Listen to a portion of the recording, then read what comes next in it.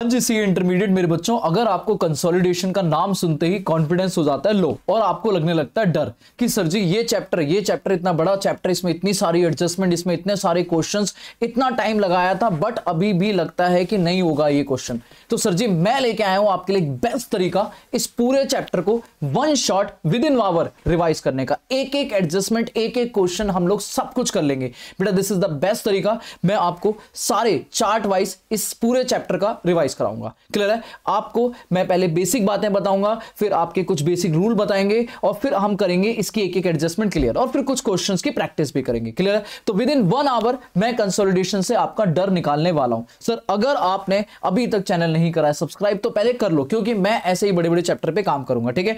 तो हम बिना देरी के साथ में शुरू करते हैं और आप प्लीज देखना कि आपको सच में ये वीडियो इफेक्टिव लगती है या नहीं लगती है। ठीक है? शुरू करते हैं मेरे बच्चों। हाँ जी, तो मेरे बच्चे कंसोलिडेशन ऑफ अकाउंट्स की शुरुआत करते हैं हम लोग रिवीजन। अगर आप सी इंटरमीडिएट में हो या सीएस एग्जीक्यूटिव में, आप किसी भी प्रोफेशन में हो और अगर आपको कंसोलिडेशन ऑफ अकाउंट जैसा चैप्टर मिलता है तो सर जी आपको इसे रिवाइज करने के लिए क्या तरीका है। देखो, सबसे पहले मैं इस वीडियो में क्या क्या करने वाला हूं। सबसे पहले मैं आपके साथ कुछ बेसिक लॉ की बातें करूंगा कि ये कंसोलिडेशन किसे करना है, होल्डिंग कंपनी कौन है, सब्सिडरी कंपनी कौन है, कंट्रोल क्या होता है। तो ये बेसिक बातें हैं जो नॉलेज के लिए होंगी। ठीक है? दैट मींस इसका कोई मेरे एग्जाम से ओरिएंटेड से बहुत ज्यादा लेना देना नहीं है। फिर हम आएंगे इसके बेसिक रूल्स पे, लाइक कि बेसिक हमारे को जब हम कुछ काम करेंगे तो हमें वर्किंग नोट्स बनाने पड़ेंगे। दैट इज, आपने नाम सुना होगा, एओपी के बारे में पढ़ेंगे, कॉस्ट ऑफ कंट्रोल के बारे में पढ़ेंगे, माइनॉरिटी इंटरेस्ट के बारे में पढ़ेंगे। फिर मैं धीरे धीरे इनकी सारी बेसिक बातें जब आपके साथ कर लूंगा तो फिर लास्टली मैं एडजस्टमेंट शुरू करूंगा। फिर मैं एक एक एडजस्टमेंट करके आपके साथ सारी एडजस्टमेंट डिस्कस करूंगा और फिर कुछ क्वेश्चन अगर आपको लगेगा तो मैं क्वेश्चन निपटाऊंगा। ठीक है? तो आपको आइडिया मिल गया। चलो जी, बिना देरी के साथ में शुरू करते हैं consolidation. Sir consolidation of accounts का मतलब क्या होता है? सर देखो, हमारे पास एक अकाउंटिंग स्टैंडर्ड है विच इज AS 21। आराम सुनना, रिवाइज करा रहा हूं, आराम से बैठ जाओ। AS 21, 3 AS है वैसे, AS 21, 23, 27। एसोसिएट और जॉइंट वेंचर पे अलग है, देखिए उनकी बातें मैं अभी नहीं करूंगा, अभी सिर्फ होल्डिंग और सब्सिडरी की बात करेंगे। ठीक है? उन पे भी बातें कर लेंगे। नाउ अगर मैं AS 21 की बात करूं तो कोई भी होल्डिंग कंपनी, अब नाउ होल्डिंग कंपनी कैसे बनती है? हमारा जो कंपनी लॉ है वो कहता है कि अगर कोई कंपनी किसी दूसरी कंपनी पे कंट्रोल करती है, कंट्रोल मतलब कंट्रोल करती है डायरेक्टली, मैं बहुत ज्यादा डीप में नहीं जाऊंगा, कंट्रोल करती है या कंट्रोल करती है इनडायरेक्टली थ्रू सब्सिडरी, मतलब अगर मैंने किसी को सब्सिडरी बना लिया या मैं सब्सिडरी के थ्रू दूसरी कंपनी को कंट्रोल कर रहा हूं, दूसरी कंपनी को सब्सिडरी बना रहा हूं, तो भी वो मेरी सब्सिडरी मानी जाएगी, वो कंपनी मेरे कंट्रोल में मानी जाएगी। अब नाउ कंट्रोल कैसा आएगा? दो चीजें। कंट्रोल कैसा आएगा मेरे बच्चे? दो, या तो मैं उस दूसरी कंपनी के 51% से, मेरे बच्चे क्या 50% मतलब मोर देन 51% से ज्यादा शेयर होल्ड करता हूं, 51% या उससे ज्यादा अगर मैं शेयर होल्डिंग होल्ड करता हूं, या फिर कौन से शेयर? अच्छा वैसे कौन से शेयर? इक्विटी शेयर, क्योंकि वोटिंग पावर तभी आएगी। या फिर दूसरा, मैं उनके बोर्ड ऑफ डायरेक्टर को, मतलब उनके बिजनेस को चलाने वालों को भैया मैं कंपोजिशन राइट रखता हूं, उनको रखने और निकालने का अधिकार मेरे पास है, तो उस कंपनी का कंट्रोल मेरे पास माना जाएगा और वो कंपनी मेरी सब्सिडरी और मैं उसकी होल्डिंग कंपनी माना जाऊंगा। तो पहले मीनिंग क्लियर है? होल्डिंग कंपनी किसी भी कंपनी को कंट्रोल करेगी। अगर एक कंपनी बी कंपनी को कंट्रोल करेगी तो ए कंपनी होल्डिंग कंपनी हो जाएगी और बी कंपनी सब्सिडरी कंपनी हो जाएगी। कंट्रोल पाने के दो तरीके हैं, या तो 51% से ज्यादा होल्डिंग ले लो इक्विटी शेयर की, या फिर आप उसके बोर्ड ऑफ डायरेक्टर का कंपोजिशन राइट ले लो। नाउ दोनों भी ले सकते हो, कोई एक भी ले सकते हो और काम खत्म हो जाएगा। क्लियर है? नाउ इससे ज्यादा मैं बातें नहीं करूंगा, बातें मुद्दे पे आते हैं। नाउ जो भी होल्डिंग कंपनी, अगर मेरी कंपनी ने किसी कंपनी को कंट्रोल किया तो एज पर अकाउंटिंग स्टैंडर्ड 21 अगर मैं बात करूं तो मेरी कंपनी को, या मैं सेक्शन 129 की बात करूं तो उसके हिसाब से हर होल्डिंग कंपनी को 2 फाइनेंशियल स्टेटमेंट बनानी पड़ती है। मेरे बच्चे ये सब बातें बिल्कुल बेसिक, इसलिए मैंने लिखी भी नहीं। 2 कंपनीज की फाइनेंशियल स्टेटमेंट बनानी पड़ती है, एक उसे अपनी खुद की बनानी पड़ती है जिसे हम बोलते हैं stand alone financial statement. And stand alone बोले तो मैं खुद की बैलेंस शीट, खुद का P&L, खुद की कैश फ्लो, खुद के नोट्स टू अकाउंट, खुद की सोकी बना के चलूंगा। क्लियर है? लेकिन मुझे साथ में अपनी फाइनेंशियल स्टेटमेंट के साथ में, स्टैंड अलोन के साथ में मुझे एक कंसोलिडेटेड फाइनेंशियल स्टेटमेंट भी बनानी पड़ेगी। दैट मींस मुझे अपनी कंपनी की तो फाइनेंशियल स्टेटमेंट बनानी पड़ेगी, साथ में अपनी कंपनी को मर्ज करना पड़ेगा विद द ऑल सब्सिडरी और एक साथ मर्ज ग्रुप मुझे दिखाना पड़ेगा कि हाँ जी मेरी कंपनी की ये फाइनेंशियल स्टेटमेंट भी है। तो स्टैंड अलोन बोले तो ए लिमिटेड अगर मैं होल्डिंग हूं तो मेरी खुद की कंपनी, और अगर कंसोलिडेटेड है तो ए लिमिटेड प्लस उसकी सब्सिडरी प्लस उसकी एसोसिएट और प्लस उसकी जॉइंट वेंचर को ऐड करके आपको एक कंसोलिडेटेड फाइनेंशियल स्टेटमेंट बनानी पड़ेगी। अब इसको ऐड कैसे करेंगे, इसको कंसोलिडेट कैसे करेंगे, इसके रूल्स दिए हैं कहां पर? AS 21 में होल्डिंग सब्सिडरी के बारे में, AS 23 में एसोसिएट जॉइंट वेंचर और AS 27 में यही सब। ठीक है? तो मतलब दैट इज 23 और 27 एसोसिएट और जॉइंट वेंचर पे। मुझे जो भी बात करनी है वो AS 21 पे बात करनी है। अब काम कैसे करना है। देखो हमें ये थ्योरेटिकल चैप्टर बिल्कुल भी नहीं है, कतई 1% थ्योरेटिकल चैप्टर नहीं है, तो थ्योरी के बारे में सोचना भी नहीं है, प्रैक्टिकल चैप्टर है। और मैं सीधा प्रैक्टिकल बातों पे आता हूं। हमारे सामने जो क्वेश्चन आएगा उसमें दो बैलेंस शीट होगी, एक अपने पास एस लिमिटेड की, अगर बोलूं तो होल्डिंग सब्सिडरी कंपनी को generally S limited word use करूंगा,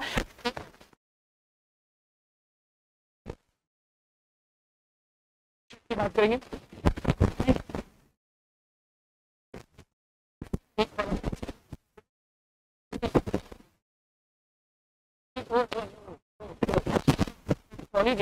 बैलेंस शीट बना के दिखा दूंगी।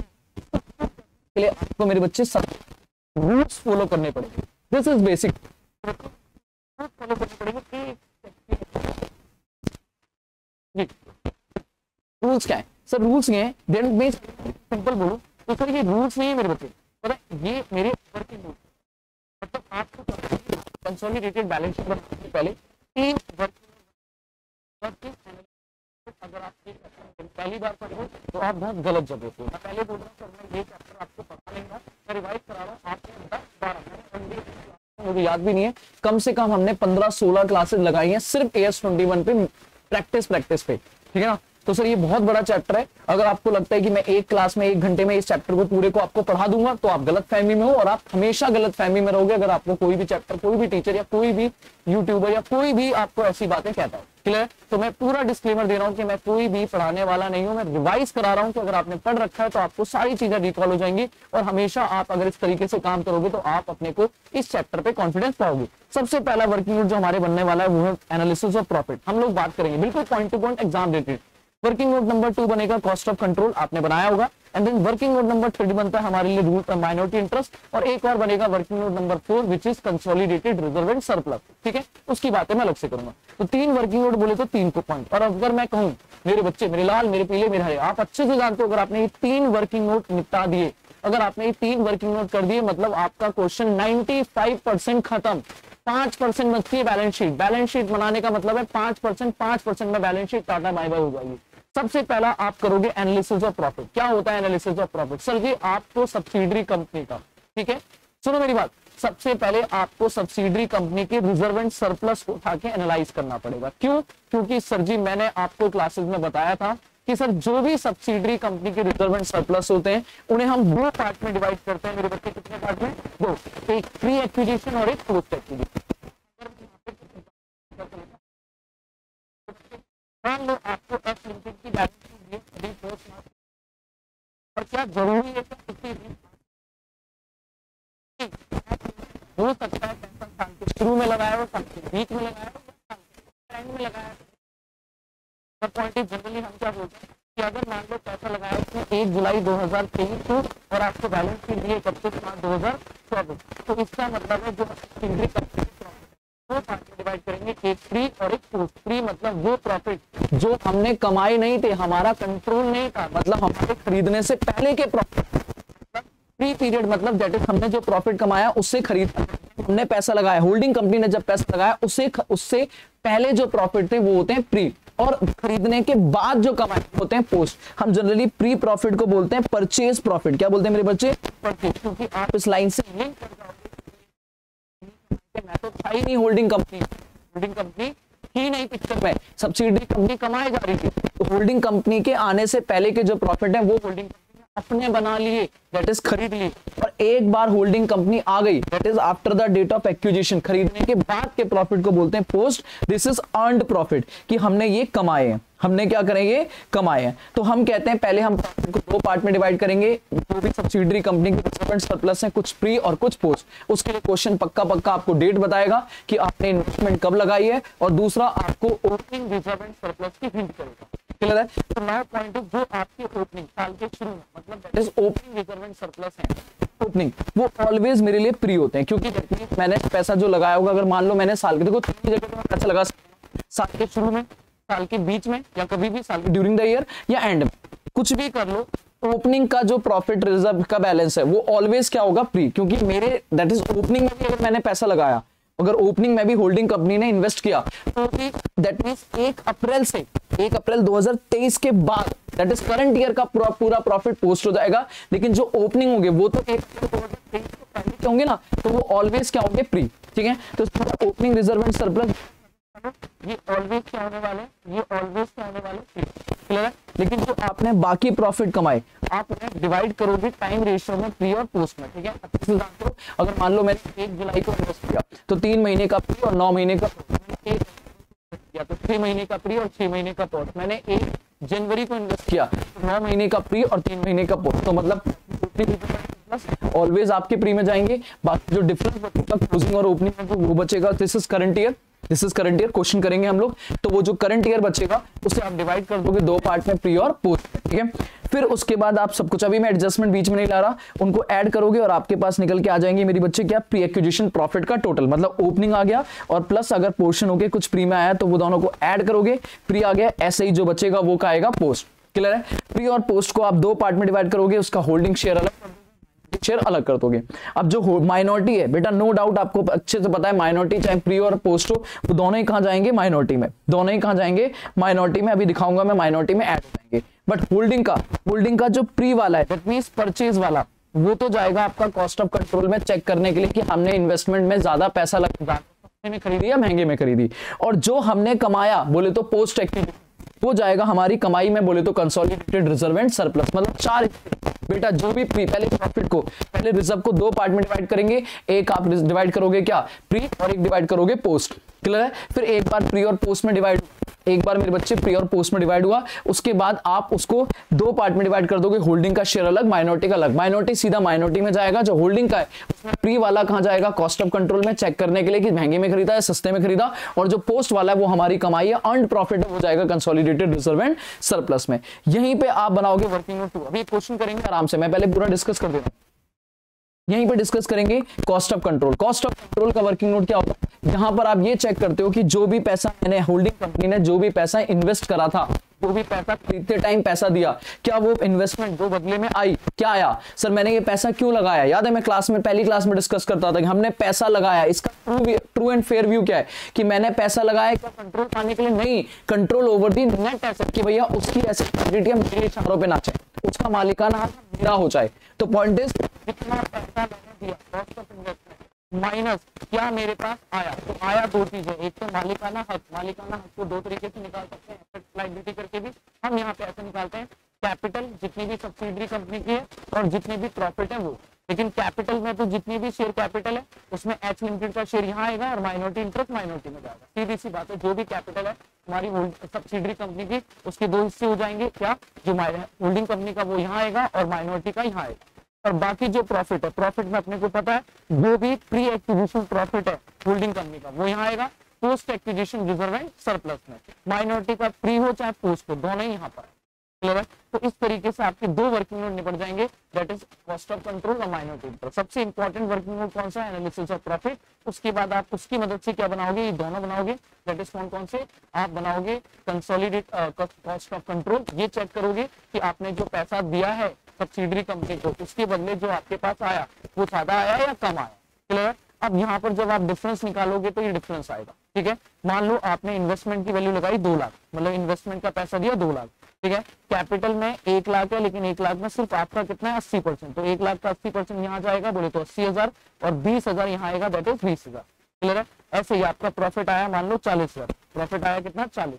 तो ये टोटल हो गया 1,20,000 और आपने पे कितना किया था, 2 लाख। अब बताओ 2 लाख पे करके आपकी जेब में कितना आया, 1,20। तो पॉजिटिव बचा, क्या बचा, पॉजिटिव। आप बोलोगे आपने ज्यादा पे किया, 1,20,000 के बदले अगर आपने 2 लाख पे किया, मतलब पॉजिटिव बच रहा है, मतलब आपने ज्यादा पे किया है, तो आप उसे ट्रीट करोगे गुडविल और हो जाएगा बैलेंस शीट, आ जाएगा आपका सीधा कंसोलिडेटेड बैलेंस शीट में। सिंपल सी बात है, आपने जिस चीज को महंगे में खरीदा है वो आपकी गुडविल बनती है, क्योंकि आपने बचपन से पढ़ाई की सर हम लोग बिजनेस को जब खरीद रहे हैं और ज्यादा पे कर रहे हैं, तो दैट मींस हमने ये ज्यादा क्यों करा, दिमाग खराब है, नहीं, हमने गुडविल के लिए पे किया। और अगर आपका नेगेटिव आया, इसका मतलब क्या है, ये तो 1 लाख की वैल्यू थी, लेकिन ये आ गई 1,20,000, मतलब आपने पे कितना करा, 1 लाख, जबकि चीज आ गई 1,20,000। तो सस्ते में या महंगे में, सस्ते में खरीद के लाए हो, नेगेटिव आ रहा है, लेकिन आपके लिए फायदा है, और ये फायदा जाएगा कैपिटल रिजर्व, और अगेन कैपिटल रिजर्व सारे कहां चले जाएंगे, कंसोलिडेटेड रिजर्व एंड सरप्लस। खत्म हो गए वर्किंग नोट। पहले बेसिक रूल में क्या है, कि आपको जो भी सब्सिडरी, देखो सब्सिडरी कंपनी की यहाँ पे दो चीजें बाहर हो जाएंगी। अगर एस लिमिटेड की बात करूं तो दो चीजों को मैंने उठा के काम कर दिया। एक तो उसकी शेयर कैपिटल के दो हिस्से कर दिए, होल्डिंग कंपनी का that is cost of control में, और माइनॉरिटी का शेयर माइनॉरिटी में। क्लियर है। फिर रिजर्व एंड सरप्लस को मैंने दो पार्ट में डिवाइड करा, पहले प्री और फिर पोस्ट। फिर प्री और पोस्ट को भी दो पार्ट में डिवाइड करा मैंने, एक माइनॉरिटी इंटरेस्ट और होल्डिंग कंपनी, एक माइनॉरिटी इंटरेस्ट और होल्डिंग कंपनी। जो माइनॉरिटी वाला है वो तो माइनॉरिटी में चला गया, और जो होल्डिंग वाला है उसके दो हिस्से हो गए, एक कॉस्ट ऑफ कंट्रोल में और एक जो पोस्ट वाला है वो कमाया वो चला जाएगा कंसोलिडेटेड रिजर्व एंड सरप्लस। मतलब मैंने दो चीजें खत्म कर दी सब्सिडरी की, क्या, रिजर्व एंड सरप्लस, कैपिटल को टाटा बाय बाय कर दिया, उसका एक एक पार्ट इधर उधर कहीं ना कहीं मैंने ट्रांसफर। क्लियर है, पक्का। अभी क्वेश्चन करेंगे। अब जो बचती हैं हम कहते हैं उसके अलावा एक्सेप्ट शेयर होल्डर फंड। मेरे बच्चे क्या बोला मैंने, जो भी सब्सिडरी कंपनी का शेयर होल्डर फंड, मतलब वही share capital and reserve and surplus. बताओ क्यों मना कर रहा है मेरे बच्चे, क्योंकि आप उसका ऑलरेडी वर्किंग नोट में काम कर चुके हो। मतलब आपने शेयर कर दिया या आपने रिजर्व एंड सरप्लस तो एओपी में डिवाइड कर दिया, तो उनको छोड़ के, क्योंकि उनका ट्रीटमेंट तो हो गया, बाकी जितनी भी एसेट लायबिलिटी है किसकी, सब्सिडरी कंपनी की, वो लाइन बाय लाइन, क्या, line by line holding company की एसेट लायबिलिटी में 100% क्या हो जाएंगी, ऐड हो जाएंगी, मर्ज हो जाएंगी।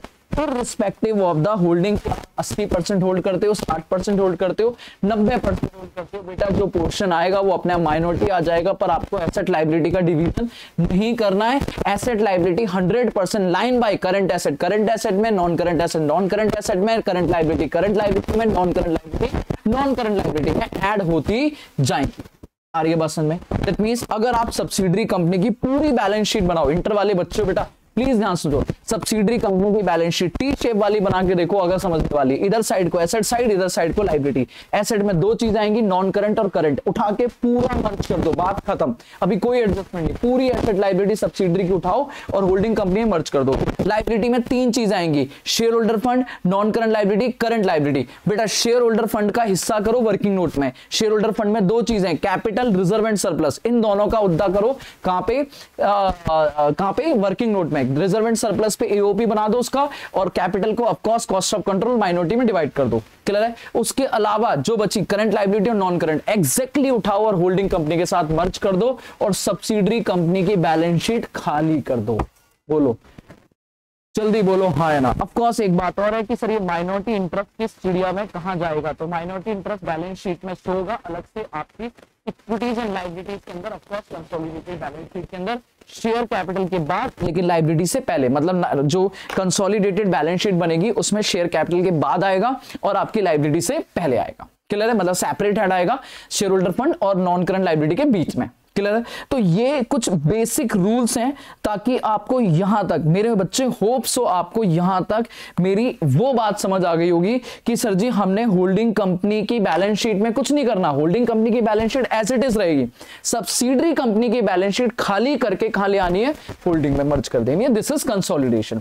बेसिक रूल ये है, asset liability line to line, line by line item में ऐड हो जाएंगी, और शेयर कैपिटल और रिजर्व एंड सरप्लस बोले तो शेयर होल्डर फंड को इन तीन जगहों में कहीं ना कहीं उठा के बंटवारा कर देंगे, जिसमें रिजर्व एंड सरप्लस पे एओपी बन जाएगा और शेयर कैपिटल आपकी कॉस्ट ऑफ कंट्रोल में होल्डिंग वाला शेयर और माइनॉरिटी वाला माइनॉरिटी। मेरे बच्चे मैंने आपको ये बातें अच्छे से रिवाइज करा दी। होप सो अगर आपको ये वीडियो अभी तक समझ आ रही होगी तो बेटा लाइक जरूर कर देना और कमेंट करके मुझे बताना कि सच में आपको इफेक्टिवली लगी या नहीं लगी। उसके बाद अगला टॉपिक करेंगे अमलगमेशन। अगर आप कमेंट में बोलोगे हाँ सर ऐसा ही कुछ अमलगमेशन में करा दो तो ठीक है, चलो जी ठीक है सर, इस पे प्रैक्टिस करेंगे, अभी क्वेश्चंस करेंगे तो प्रैक्टिस में कराऊंगा। ठीक है, अब आती है सर एडजस्टमेंट। अब आती है एडजस्टमेंट। सर ये एडजस्टमेंट क्या है? एडजस्टमेंट ये है कि क्वेश्चन आपको सूखी सूखी बैलेंस शीट नहीं देगा कि ये लो जी होल्डिंग कंपनी की बैलेंस शीट और ये लो जी सब्सिडरी कंपनी की बैलेंस शीट और मर्ज कर दो। नहीं, वो कहेगा कुछ चटपटी बातें तो करनी बनती हैं। अब वो चटपटी बातें क्या हैं? वो चटपटी बातें हैं, सबसे पहली बात एडजस्टमेंट में आपको एडजस्टमेंट में अगर मैं बात करूं तो ठीक है, एडजस्टमेंट में अगर मैं बात करूं तो सर जी आपको एडजस्टमेंट का मतलब यह है कि आपको पहली एडजस्टमेंट तो दी होगी, वो कौन सी वाली, डेट वेट है ना, कि होल्डिंग कंपनी ने कब पैसा लगाया, होल्डिंग कंपनी ने जब पैसा लगाया तो उस टाइम रिजर्व एंड सरप्लस का सब्सिडरी का बैलेंस क्या था, या ओपनिंग रिजर्व एंड सरप्लस जो अभी वर्किंग नोट में करेंगे काम, जिसके लिए मैं भी सिखाऊंगा। ठीक है, मतलब मैंने आपको ओरली बता दिया, क्वेश्चन पे अभी लेंगे। फिर उसके बाद कुछ हो सकता है ये एडिशनल चीजें दी हूं, तो एडिशनल है, दीज आर एडजस्टमेंट। मैं एडिशनल वाली बातों को क्या बोल रहा हूं, एडजस्टमेंट। एडजस्टमेंट नंबर 1 अब नॉर्मल आइटम। सर देखो, आप जब सब्सिडरी कंपनी के प्रॉफिट्स को, रिजर्व एंड सरप्लस को डिवाइड करोगे एओपी में, प्री और पोस्ट में, तो हो सकता है क्वेश्चन आपको बताए कि इस प्रॉफिट में कुछ, इस रिजर्व में कुछ एबनॉर्मल चीजें हैं। क्योंकि आप क्या करोगे, आपका जो भी करंट ईयर प्रॉफिट आया, देखो क्लोजिंग रिजर्व होंगे, मान लो मैं यहां पे एक फिगर ले लेता हूं, मान लो मैंने कहा एस लिमिटेड के क्वेश्चन में बैलेंस शीट में 31 मार्च 2024 में बैलेंस शीट में रिजर्व एंड सरप्लस दिए 10 लाख। कितने दिए, 10 लाख। और नीचे एडजस्टमेंट में आपको बोल रहा है कि सर जी ओपनिंग में 1/4/2023 को इनके पास बैलेंस था 4 लाख। कितना बैलेंस था, 4 लाख। तो मैं कहूंगा ऑफ कोर्स नो डाउट ये तो प्री में जाएंगे, ऑफ कोर्स नो डाउट ये कहां जाएंगे, प्री में। और जो बाकी बचा बैलेंस कितना आया, 6 lakh. This is my current year profit, this is my current year profit. मैं इसको डिवाइड कर दूंगा, जितना प्री में, जितना पोस्ट में, पोस्ट में। बोलो हाँ है ना, मैं यही तो करने वाला हूं। दैट मींस यही तो मैंने यूपी में अभी आपके दिमाग में डाला, अभी प्रैक्टिकली क्वेश्चन कराने वाला हूं। क्लियर है। बट पॉइंट ये है कि जैसे ही मैं ये 6 लाख को डिवाइड करने की बात कर रहा हूं, दैट मींस मैं एक दिमाग में अजम्पशन ले रहा हूं कि ये 6 लाख की जो मेरी कमाई है या जो भी मेरी इनकम का एक्सपेंस हुए ये थ्रू आउट द ईयर हुए, ना कभी ज्यादा ना कभी कम। तो मैंने एक इक्वली बेसिस में 3 महीने और 6 महीने या 9 महीने वट एवर जो भी टाइम रेशियो निकाला उसमें उठा के डिवाइड कर दिया। बट अगर मुझे किसी इनकम और एक्सपेंस का एग्जैक्ट टाइम पता है कि ये इस टाइम में हुआ है, तो मैं उसे बांटूंगा नहीं, क्योंकि अगर मैं उसे बांट रहा हूं तो गलत बांट दूंगा। मान लो आग लगी है, मान लो कोई इनकम हुई है जिसकी क्वेश्चन ने डेट दे दी कि भाई ये इनकम या ये लॉस आपको इस डेट को हुआ, तो आपको उसे उसी इनकम और उसी की डेट में, उसी पीरियड में, चाहे वो प्री पीरियड से बिलोंग कर रहा है या पोस्ट पीरियड से बिलोंग कर रहा है, आपको उसमें ट्रीटमेंट करना पड़ेगा। सर ये तो हो गई कहानी, ये तो हो गई कहानी। एडजस्टमेंट पे आओ, आपने कहानी समझानी है क्या? नहीं, कहानी नहीं। अब मेरे बच्चे प्लीज हल्की सी बात समझना, मैंने ये बातें समझाई, अब आ जाओ मुद्दे पे। मुद्दा ये है कि जिन चीजों की मुझे डेट पता है, क्वेश्चन मेरे को डेट बता रहा है कोई भी इनकम एक्सपेंस की, उन इनकम एक्सपेंस को मैं बोलूंगा अबनॉर्मल आइटम। ये दो तरीके के होंगे, एक अबनॉर्मल लॉस और एक अबनॉर्मल गेन। लॉस क्या होता है, जनरली आपको कोई एसेट बेचने के बारे में बात कर देगा कि हमने इस डेट को एसेट बेची थी, उस पर लॉस हो गया, हमारे आग फैक्ट्री में आग लग गई, वट एवर कुछ भी बोले, या फिर आपका कोई प्रॉफिट हो गया या इंश्योरेंस क्लेम आ गया। तो अगर इनकम की तरफ बात कर रहा है तो वो गेन हो गया, और अगर वो नुकसान की तरफ बात कर रहा है तो वो लॉस हो गया। अब पॉइंट इस करना क्या है, सिंपल ट्रीटमेंट है सर जी। आप जो भी ट्रीटमेंट करोगे, इन दोनों का ट्रीटमेंट कहां होने वाला है, एओपी। कसम खा लो, अगर लिखना हो लिख लेना, ये पीडीएफ चाहिए हो मेरे को बता देना, डिस्क्रिप्शन में डाल दूंगा या फिर मैं पर्सनली सेल कर दूंगा। सर जी एओपी के अंदर आप क्या करोगे, एओपी में सबसे पहला ट्रीटमेंट करोगे अगर एबनॉर्मल लॉस है। मेरे बच्चे क्या है, एबनॉर्मल लॉस। इधर देखो जल्दी से, लॉस ऑलरेडी प्रॉफिट में से माइनस, जो आपका करंट ईयर प्रॉफिट आया था ना अभी कितना, 6 लाख। आप कहोगे पहले इस 6 लाख प्रॉफिट में जो भी अबनॉर्मल है उसे हटाओ, जो भी अबनॉर्मल आइटम है उसे हटाओ। मेरी लाइन, मेरे वर्ड पे ध्यान दो। अबनॉर्मल आइटम मतलब चाहे अबनॉर्मल गेन हो या अबनॉर्मल लॉस है, उसे हटाना पड़ेगा। दैट मींस पहले मुझे नॉर्मल प्रॉफिट चाहिए। तो जब आप प्रॉफिट में, करंट ईयर के प्रॉफिट में अबनॉर्मल आइटम हटाओगे, तो हटाने का मतलब अगर लॉस है तो वो ऑलरेडी माइनस हो रखा होगा, ऑलरेडी क्या हो रखा होगा, माइनस। तो उसे हटाने के लिए मेरे बच्चे मैं क्या कर दूंगा, प्लस कर दूंगा। क्या कर दूंगा, प्लस।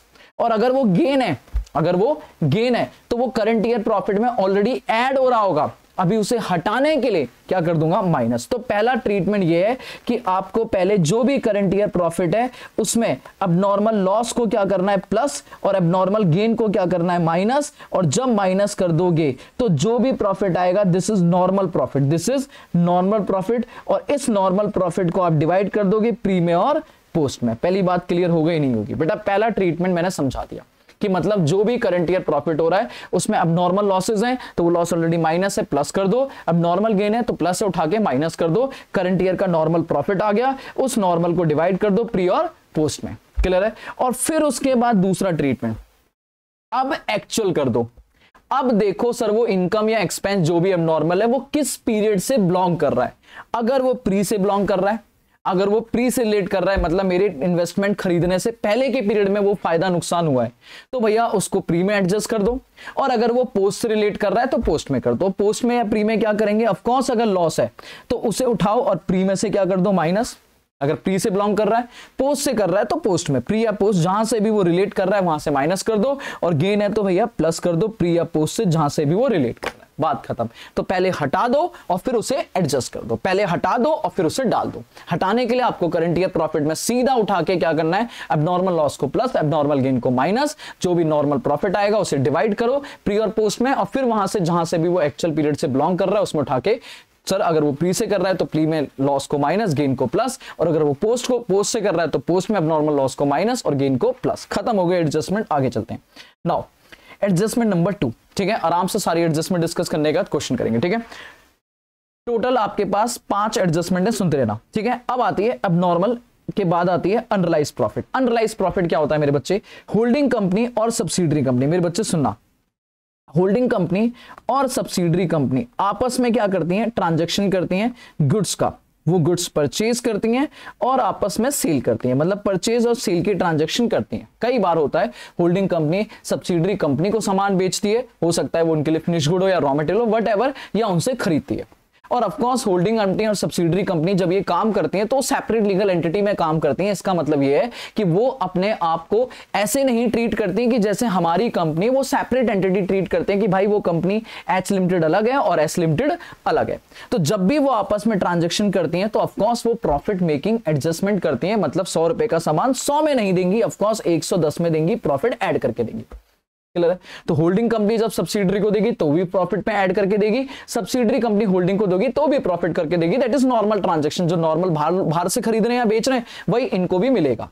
क्लियर है? बट मेरे लाल, मेरे पीले, मेरे हरे, अगर वो सामान आपने होल्डिंग कंपनी ने सब्सिडरी को बेचा या सब्सिडरी ने होल्डिंग को बेचा और आपने उसे बाहर कस्टमर को बेच दिया, बोले तो बाहर चला गया, वो फैक्ट्री में नहीं पड़ा, तो उसे बोलेंगे हमने प्रॉफिट कमा लिया। देखो 100 रुपए का सामान मैं आपको बेचू, समझो कॉमन सेंस, 100 का पेन है, मैंने 10 रुपए का प्रॉफिट कमाया और आपको 110 बेचा, और आपने इस 110 के सामान को आगे जाके 115 में दे दिया, तो इसका मतलब हम दोनों ने कमा लिया। जैसे ही आपने बेचा मतलब हम दोनों ने कमा लिया। क्यों? क्योंकि अगर आपने 15 रुपए कमाए तो उसका 15 में अपने को पता है, उस 15 में से 10 जेब में आ चुके हैं और 5 आपकी जेब में पड़े।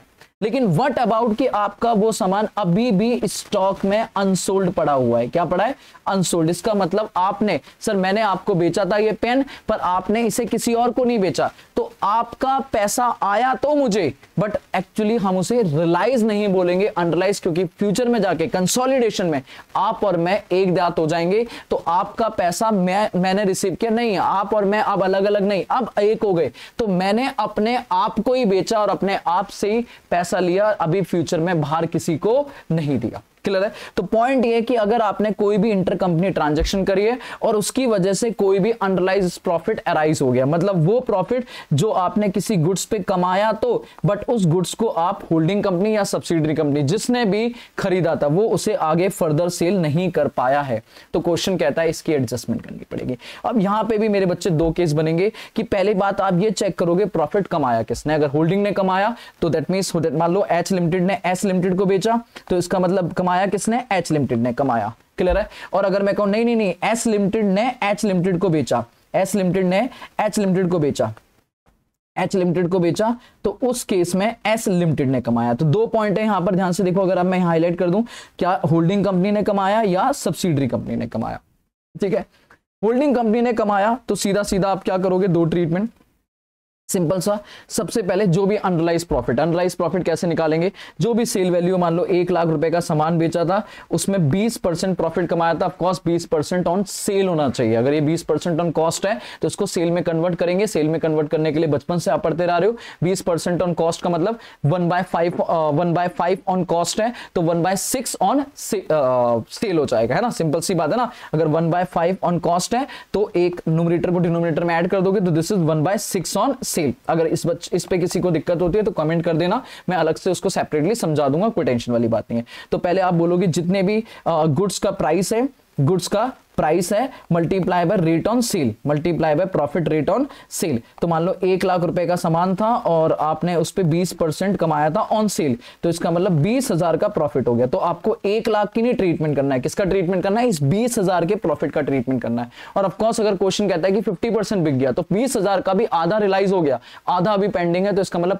20,000 का 50% बिक गया तो 10,000 का अनरियलाइज प्रॉफिट। तो सिर्फ 10,000 का ट्रीटमेंट करना है, मतलब जो अनरियलाइज प्रॉफिट पोर्शन है आप उसको क्या करोगे, अगर होल्डिंग ने कमाया तो डेफिनेटली होल्डिंग के रिजर्व एंड सरप्लस में ऐड होगा, तो आप वहां से माइनस कर दोगे। मतलब यहां पे कोई ज्यादा दिमाग लगाने की जरूरत नहीं है। अगर होल्डिंग ने कमाया है तो होल्डिंग के जो भी कंसोलिडेटेड रिजर्व एंड सरप्लस है, क्योंकि होल्डिंग की प्रॉफिट में ऐड होगा, तो होल्डिंग का प्रॉफिट बोले तो रिजर्व एंड सरप्लस कंसोलिडेटेड वाला, ठीक है, तो उसमें से क्या कर देंगे, माइनस। क्लियर है। और अगर आपने बोला नहीं नहीं नहीं कमाया तो सब्सिडरी ने, तो सब्सिडरी के प्रॉफिट में से माइनस होगा, पर कौन से वाले में, करंट ईयर प्रॉफिट में बेटा, बिना डिवीजन, विदाउट डिवीजन करे प्री और पोस्ट में, मतलब एओपी में जाके माइनस करो, क्योंकि फिर सब्सिडरी ने कमाया होगा। तो सब्सिडरी का याद है जो हम अभी अब नॉर्मल में कर रहे थे कि सर जो क्लोजिंग और ओपनिंग और क्लोजिंग का डिफरेंस 6 लाख रुपए आया था, कि क्लोजिंग में बैलेंस 10 लाख है, ओपनिंग में 4 लाख है, तो 4 लाख से बाद बचा कितना, 6 लाख, तो 6 लाख को डिवाइड करने वाला था। अब उसी 6 लाख में आप पहले नॉर्मल ट्रीटमेंट का हटाओगे, और उसी में अगर कोई अनरियलाइज्ड प्रॉफिट भी है जो सब्सिडरी ने कमा रखा है वो भी हटाओगे। क्लियर है। और दूसरा ट्रीटमेंट दोबारा इसे ऐड नहीं करेंगे, क्योंकि ये प्रॉफिट तो एग्जिस्ट ही नहीं करता। देखो अब नॉर्मल आइटम जो है वो एग्जिस्ट करता है, बस उसे ठीक करना है। अनरियलाइज्ड प्रॉफिट को तो कंप्लीटली बुक से एलिमिनेट करना है, खत्म करना है, उसे ठीक नहीं करना है। तो इसे सिंपल क्या करोगे, अगर होल्डिंग ने कमाया तो कंसोलिडेटेड रिजर्व एंड सरप्लस से माइनस कर दोगे, और सब्सिडी ने कमाया तो एओपी से माइनस कर देंगे। इस पे भी क्वेश्चन कराऊंगा। और ऑफकोर्स दूसरा ट्रीटमेंट क्या है, जो स्टॉक है, जो स्टॉक है, जो भी आपने स्टॉक निकाला है, of course consolidated holding subsidy दोनों ने ऐड करके जो स्टॉक आया, उस स्टॉक में से भी प्रॉफिट एलिमेंट क्या कर दोगे, माइनस, क्योंकि वो स्टॉक की वैल्यू बड़ी होगी। क्लियर। तो अल्टीमेट एंट्री हम लोग यही करते हैं, क्या करते हैं हम करते हैं भैया PNL account debit to stock, तो पीएनएल को डेबिट कर देते हैं, स्टॉक को क्रेडिट कर देते हैं, स्टॉक को भी कम हो जाता है और पीएनएल प्रॉफिट भी कम हो जाता है। क्लियर है। अब पॉइंट ये, स्टॉक तो कंसोलिडेटेड कम कर दो, प्रॉफिट देख लो, अगर होल्डिंग कंपनी का प्रॉफिट है तो कंसोलिडेटेड रिजर्व एंड सरप्लस, और सब्सिडरी कंपनी का प्रॉफिट है तो एओपी में करंट ईयर वाला प्रॉफिट। क्लियर है, खत्म। अच्छा, मुझे क्या अनरियलाइज्ड प्रॉफिट में डेट रेलिवेंट है, अगर आपसे यहां से कोई पूछ ले, ठीक है, इसमें डेट रेलिवेंट है मेरे बच्चे, क्या डेट रेलिवेंट है, तो आप क्लियरली लिखना हो लिख लो, डेट इज नॉट रेलिवेंट मेरे बच्चे, डेट इज नॉट रेलिवेंट, आपका यहां पर डेट रेलिवेंट नहीं है। मतलब आपको सर अनरियलाइज्ड प्रॉफिट में आपने सामान कब खरीदा है, कब बेचा है, उससे कोई लेना देना नहीं है, प्री और पोस्ट में जा ही नहीं रहा मुद्दा। ठीक है, कई बच्चे कंफ्यूज होते हैं कि सर प्री में से माइनस होगा पोस्ट, मैं कह रहा हूं बांटने से पहले हटा दो, बात खत्म। ठीक है, क्योंकि ये प्रॉफिट है ही नहीं। हाँ, क्या यहां डेट रेलिवेंट है, क्या डेट रेलिवेंट है, यस ये इट इज रेलिवेंट, यही तो मेन मुद्दा है। यहां तो डेट रेलिवेंट है, पहले प्रॉफिट में से हटाओ और फिर एक बार जब बढ़ जाए तब डेट के हिसाब से देखो प्री में इंपॉर्टेंट है या पोस्ट में जा रहा है। ठीक है, तो दोनों में कंफ्यूजन नहीं होना चाहिए, एक में डेट इंपॉर्टेंट है और एक में डेट इंपॉर्टेंट नहीं है। नाउ एडजस्टमेंट नंबर थर्ड मेरे बच्चे, एडजस्टमेंट नंबर थर्ड है कॉन्ट्रा आइटम। कॉन्ट्रा आइटम वो आइटम जो कॉमन है, जो क्या है कॉमन। डेफिनेटली अगर आप होल्डिंग और सब्सिडरी आपस में ट्रांजैक्शंस करेगी मेरे बच्चे, प्लीज ध्यान सुनना, जब ट्रांजैक्शन करेगी तो हो सकता है डेटर और क्रेडिटर खड़े हो जाए। क्रेडिट में ट्रांजैक्शन हुई है तो होल्डिंग कंपनी अपने यहां डेटर रिकॉर्ड कर रही हो और सब्सिडरी कंपनी अपने यहां पे क्रेडिटर, या उल्टा हो जाए कि भैया सब्सिडरी होल्डिंग कंपनी अपने यहां पे क्रेडिटर बोल रही है कि मुझे सामान पैसा देना है और सब्सिडरी कंपनी बोल रही है मुझे पैसा लेना है। तो पॉइंट ये कि अगर वो ट्रांजैक्शन डेटर क्रेडिटर के बैलेंस खत्म हो गए तो अच्छी बात है, लेकिन अगर कंसोलिडेटेड रह गए तो उनको एलिमिनेट करना पड़ेगा, क्योंकि अब हम दोनों अलग अलग नहीं है, अब हम दोनों एक हो गए, अब हम जुदा जुदा नहीं, अब हम एक हो गए। तो जब एक हो गए तो मुझे अपने आप से ना पैसा लेना है ना अपना देना है, ये वाला कोई बात नहीं है। तो पॉइंट ये कि दो हो सकते हैं, ट्रेड रिसीवेबल या ट्रेड पेबल बोले तो डेटर क्रेडिटर, या बिल रिसीवेबल या बिल्स पेबल बोले तो बीआरबीपी की बात। तो अगर वो कह रहा है कि आपका ट्रेड रिसीवेबल और ट्रेड पेबल की कहानी, मतलब डेटर और क्रेडिटर है, तो आप पहली बात समझ लो कि जो भी दोनों में लोअर है, मान लो क्वेश्चन में कह रहा है कि सर जी एच लिमिटेड के डेटर में, एच लिमिटेड के डेटर में 1 लाख है और एस लिमिटेड के क्रेडिटर में, एस लिमिटेड के क्रेडिटर में 80,000 है, क्रेडिटर में 80,000 है। क्लियर है। तो पॉइंट ये कि इन दोनों में कॉन्ट्रा कितना होगा, 1 लाख होगा या 80,000, तो answer is lower, answer is lower, क्योंकि आप 80,000 दोनों में से क्या कर दोगे, माइनस। 80,000 दोनों में से माइनस, क्योंकि 80,000 कॉमन है। सर ये 20,000 का जो डिफरेंस आया है क्यों आ गया, इसके पीछे अगर एमसीक्यू बनता है तो आप बैलेंस अमाउंट को बोल दोगे कि सर ये हमारा या तो कोई कैश इन ट्रांजिट होगा या गुड्स इन ट्रांजिट, मतलब एक तरफ से जा चुका है पर दूसरी तरफ अभी पहुंचा नहीं है। तो पॉइंट इज आपको मेनली कॉन्ट्रा किससे मारना है, याद रखना दोनों तरफ माइनस करोगे, दोनों ट्रीटमेंट, ये एक नहीं है, ये दो ट्रीटमेंट है, एक तरफ डेटर माइनस हो जाएगा और एक तरफ क्रेडिटर माइनस हो जाएगा। किस अमाउंट से, लोअर अमाउंट से। सेम अगर बीआर और बीपी है तो बीआर में जो बीआर अमाउंट में क्वेश्चन बताएगा कि आपने बीआर रिसीव करे, अब उस बीआर में मेरे लिए देखो बीपी तो पड़े होंगे पर बीआर जब मेरे पास आएंगे, चाहे होल्डिंग हो या सब्सिडी हो, तो मेरे पास 3 ऑप्शन है, मैं उन्हें संभाल के भी रख सकता हूं, मैं उन्हें डिस्काउंट कर सकता हूं, मैं उन्हें इंडोर्स करा सकता हूं। ठीक है, तो अगर मैंने डिस्काउंट और इंडोर्स करे तो इसका मतलब बिल मेरे पास नहीं होंगे, तो उनका कॉन्ट्रा नहीं होगा, उनका कॉन्ट्रा नहीं होगा, उनका छोड़ के जो बिल मेरे पास पड़े हैं एक्चुअली में, क्लियर है, सिर्फ उनका कॉन्ट्रा मारा जाएगा, तो जो बिल रिसीवेबल रिटेन्ड है उनको उठा के दोनों में से माइनस कर दोगे, बीआर और बीपी। ये भी दो ट्रीटमेंट है बेटा, आपको एक नजर आएगा। और जितना आपका डिस्काउंटेड एंडोर्स, अगर क्वेश्चन में उसके लिए कंटीजेंट लायबिलिटी दी है तो वो कंटीजेंट लायबिलिटी उठा के जीरो कर दोगे। क्यों? क्योंकि अब कंटीजेंट नहीं है, अब दैट इज हो सकता है ना, मान लो देखो जैसे होल्डिंग कंपनी ने सब्सिडरी को बीआर दिया, क्लियर है, तो होल्डिंग कंपनी ने सब्सिडरी को होल्डिंग कंपनी ने सब्सिडरी से बीआर लिया, क्लियर है, तो मेरे पास बीआर आ गया। मान लो आपसे मैंने ये बिल, आप मेरी सब्सिडरी कंपनी हो और ये, अरे आजा भाई, आप सब्सिडरी कंपनी और मैंने आपसे एक बिल लिखवाया और आपसे साइन करवा के मैंने ले लिया। अब ये मेरे पास रखा हुआ है, ये मेरे पास रखा हुआ है। अब मैंने कहा अरे मेरे पास क्यों रखा है, एक काम करते हैं इसे डिस्काउंट करा देते हैं। मैंने उठा के डिस्काउंट करा दिया। बताओ बिल मेरे पास है या बैंक के पास? बैंक के पास। अब मेरे को टेंशन है, हाँ मेरे को टेंशन है। देखो वैसे तो पैसा मुझे नहीं आना, क्यों? क्योंकि बैंक सीधा किससे पैसा लेने पहुंचेगी इसके बदले? आपसे। बट व्हाट अबाउट अगर आपने पैसा नहीं दिया तो सर मुझे देना पड़ेगा।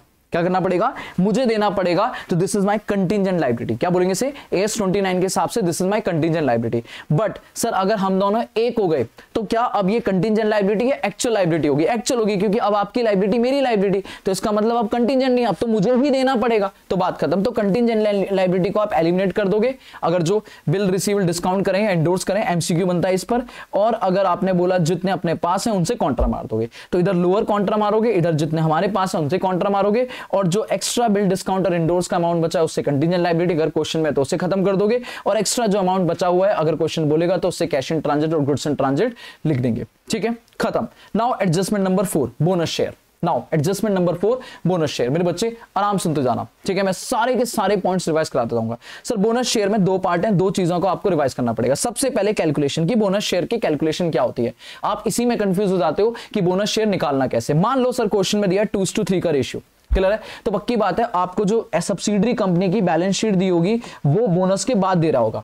वो कब दे रहा होगा? बोनस। अगर वो डायरेक्टली कह रहा है कि ये ओपनिंग बैलेंस शीट हमें बोनस देना है, अगर हमें बोनस देना है तो shares multiply by 2:3, multiply by 2:3 number of bonus share आ गए। लेकिन व्हाट अबाउट अगर बोनस ऑलरेडी डिक्लेयर है, तो दैट मींस जो आपको इक्विटी शेयर आफ्टर बोनस दिए हुए हैं उसमें आप 2:3 नहीं करोगे, 2/5 करोगे। मेरे बच्चे प्लीज बात सुनो दोबारा से। अगर आपको बोनस शेयर अभी नहीं दिए, क्वेश्चन कह रहा है बोनस शेयर अभी देने हैं, तो आप बोनस शेयर कैसे निकालोगे? जितने भी इक्विटी शेयर हैं सब्सिडरी कंपनी के मल्टीप्लाई बाय 2:3, कि हर 3 के बदले 2 शेयर देगी कंपनी, दैट्स इट। लेकिन अगर क्वेश्चन कह रहा है नहीं बोनस शेयर हो गए, या क्वेश्चन की बैलेंस शीट दी हुई है, तो इसका मतलब बोनस शेयर पहले इशू हुए थे, क्लियर है। तो बैलेंस शीट में जो शेयर दिए होंगे सब्सिडरी कंपनी के वो पक्की बात है बोनस शेयर के बाद होंगे, तो उसका 2:3 नहीं करोगे, उसका 2:5 करोगे, क्योंकि 3 + 2 अब 5 हो गए होंगे, तो आपका बोनस शेयर आ जाएगा, और उस बोनस शेयर को उसकी फेस वैल्यू से मल्टीप्लाई करोगे तो बोनस शेयर का अमाउंट आ जाएगा। तो पहले तो आपको कैलकुलेशन करके बोनस शेयर का अमाउंट निकालना पड़ेगा, क्योंकि बिना बोनस शेयर के अमाउंट के आप आगे नहीं बढ़ सकते। तो सीधा सीधा बोनस अमाउंट निकालने की तरीका है, जो मेन तरीका है वो नॉर्मल तरीका एक ये है कि अगर बोनस शेयर देना है अभी तो सीधा 2:3 कर दो और multiply by face value, bonus amount आ गया। और अगर आपको नहीं हम तो दे चुके हैं, अब क्वेश्चन में बैलेंस शीट में दिया है, तो पहले आप रिवर्स करो। रिवर्स करने के लिए आप क्या करोगे? 2/3 नहीं करोगे, 2/5 करोगे, ठीक है। मान लो 3/5 दिया तो 3/8 करोगे, मान लो 4/5 दिया तो 4/9 करोगे, क्लियर है। तो बोनस का शेयर आ जाएगा और फिर उसे फेस वैल्यू से मल्टीप्लाई करोगे, बोनस का अमाउंट आएगा। अब दाओ दूसरी चीज ये है कि अब उसका इंपैक्ट क्या पड़ेगा हमारी कंसोलिडेशन पे। सबसे पहली बात आप याद रखना कि सर आपकी होल्डिंग परसेंटेज में कोई चेंज नहीं आने वाला, क्लियर है, कोई चेंज नहीं आने वाला। होल्डिंग परसेंटेज से कैसे निकालेंगे बेटा? दो तरीके से निकाल सकते हो, मैंने एक तरीका दिया, आप दो तरीके यूज कर सकते हो। पहला, अगर आपके क्वेश्चन में दिया हुआ है कि हमने कितने शेयर एक्वायर्ड करे थे बोनस होने से पहले, मतलब एक्चुअल में सब्सिडरी कंपनी के कितने शेयर खरीदे थे बोनस से पहले, पक्की बात है बोनस से पहले खरीदोगे, तो आप क्या लिखोगे? आप कहोगे सर जो भी आपकी इक्विटी शेयर कैपिटल दी है एस लिमिटेड की आफ्टर बोनस, एस लिमिटेड की आफ्टर बोनस, उसमें से माइनस कर दोगे बोनस शेयर जो आपके क्वेश्चन में आए हैं बोनस शेयर, तो आपके आ जाएंगे number of equity share S limited के बिफोर बोनस। तो याद रखना सर, दोनों पे हाईलाइट कर रहा हूं, ऊपर अगर बिफोर है तो नीचे भी बिफोर होना चाहिए, और जो उसका परसेंटेज आएगा दिस इज होल्डिंग, क्लियर है। कभी भी आप ये नहीं करोगे share acquired divided by equity share जो बैलेंस शीट में दिया। अगर बैलेंस शीट वाले यूज करें तो वो आफ्टर है, बैलेंस शीट वाले यूज करें तो वो आफ्टर है। मेरे बच्चे गलत हो जाएगा ये, अगर आपने बैलेंस शीट वाले उठा लिए तो आफ्टर होंगे, जनरली वो आफ्टर होते हैं, बोनस के बाद की बैलेंस शीट दी होती है, गलत हो जाएगा। तो अगर आप ये आफ्टर उठा रहे हो तो मेरे बच्चे या तो फिर इसमें भी फिर बोनस ऐड कर दो।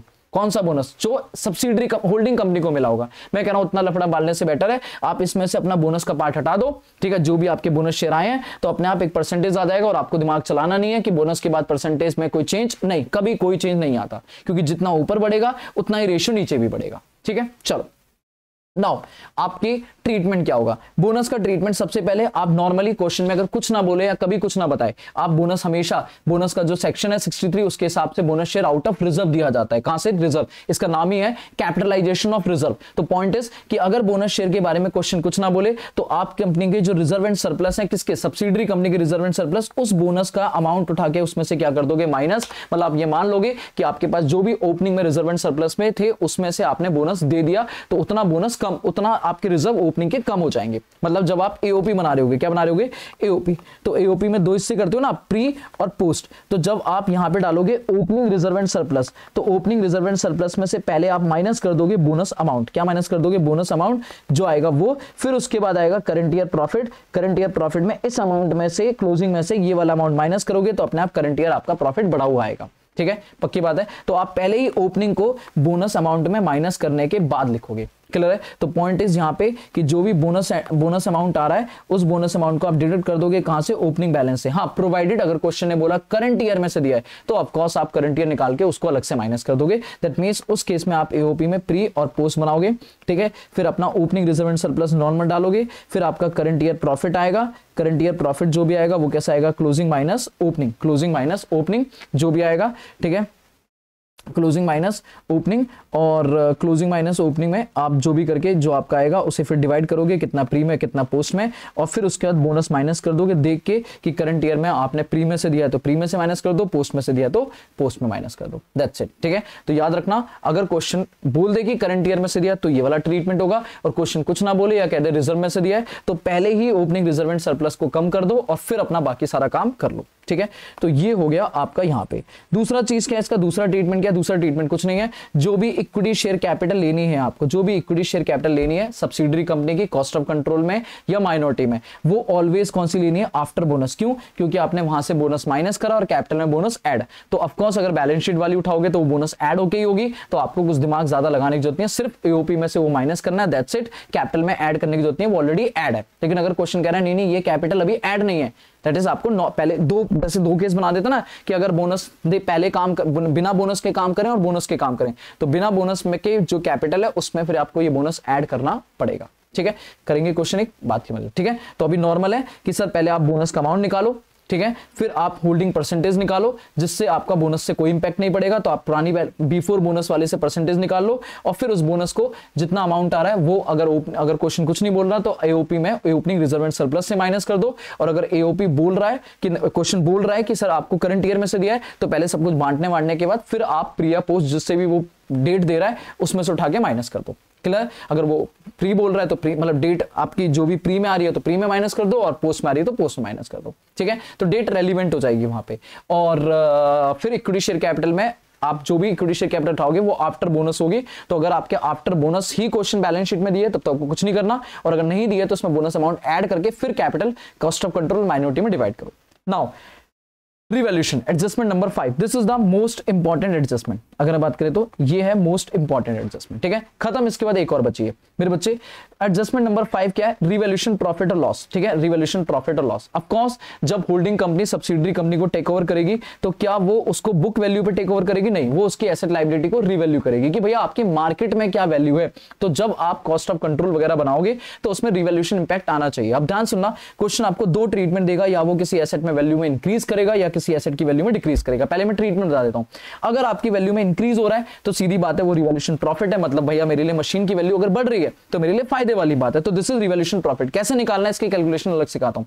और अगर आपका वैल्यू डिक्रीज हो रही है तो दिस इज रिवैल्यूएशन लॉस। ठीक है, तो अगर वैल्यू बढ़ रही है तो प्रॉफिट है, वैल्यू कम हो रही है तो लॉस। कॉमन सेंस वाली बात है, कोई बड़ी बात नहीं है। लेकिन अगर रिवैल्यूएशन प्रॉफिट हुआ मतलब वैल्यू बढ़ी तो आपको डेप्रिसिएशन और लगाना पड़ेगा, क्योंकि जो वैल्यू पहले 10 लाख थी अगर आपने कहा 15 लाख होगी तो 5 लाख का प्रॉफिट क्या हुआ? 5 लाख का प्रॉफिट। पर इस 5 लाख पे सर जी आपको डेप्रिसिएशन भी लगाना पड़ेगा, और दैट इज रिवैल्यूएशन प्रॉफिट। एक तरफ फायदा तो एक तरफ उसका नुकसान आएगा क्योंकि आपने डेप्रिसिएशन कम लगाया होगा। और अगर आप कहते हो नहीं नहीं नहीं sir ji loss, that means 10 lakh की वैल्यू 6 लाख रह गई, 10 लाख की वैल्यू कितनी रह गई है 6 लाख। इसका मतलब अगर आपकी वैल्यू कम हो गई तो आपको 4 लाख का लॉस और 4 लाख पे आपको डेप्रिसिएशन कम करना पड़ेगा, मतलब एक तरफ नुकसान एक तरफ फायदा। क्लियर है? तो एक तरफ रिवैल्यूएशन प्रॉफिट है, फायदा, तो उसकी वजह से एडिशनल डेप्रिसिएशन क्रिएट हो रहा है, एक तरफ लॉस है तो उसकी वजह से सेविंग क्रिएट हो रही है। अब इसका ट्रीटमेंट क्या है? ट्रीटमेंट सिंपल है सर जी, याद रखना, कसम खा लो, जो भी रिवैल्यूएशन प्रॉफिट लॉस है वो ऑलवेज प्री आइटम है। क्यों? क्योंकि आप ये on the date of acquisition कर रहे होगे। क्लियर है? On the date of acquisition कर रहे हो कि मशीन अब तक कितनी बढ़ चुकी है, तो अब तक का मतलब क्या है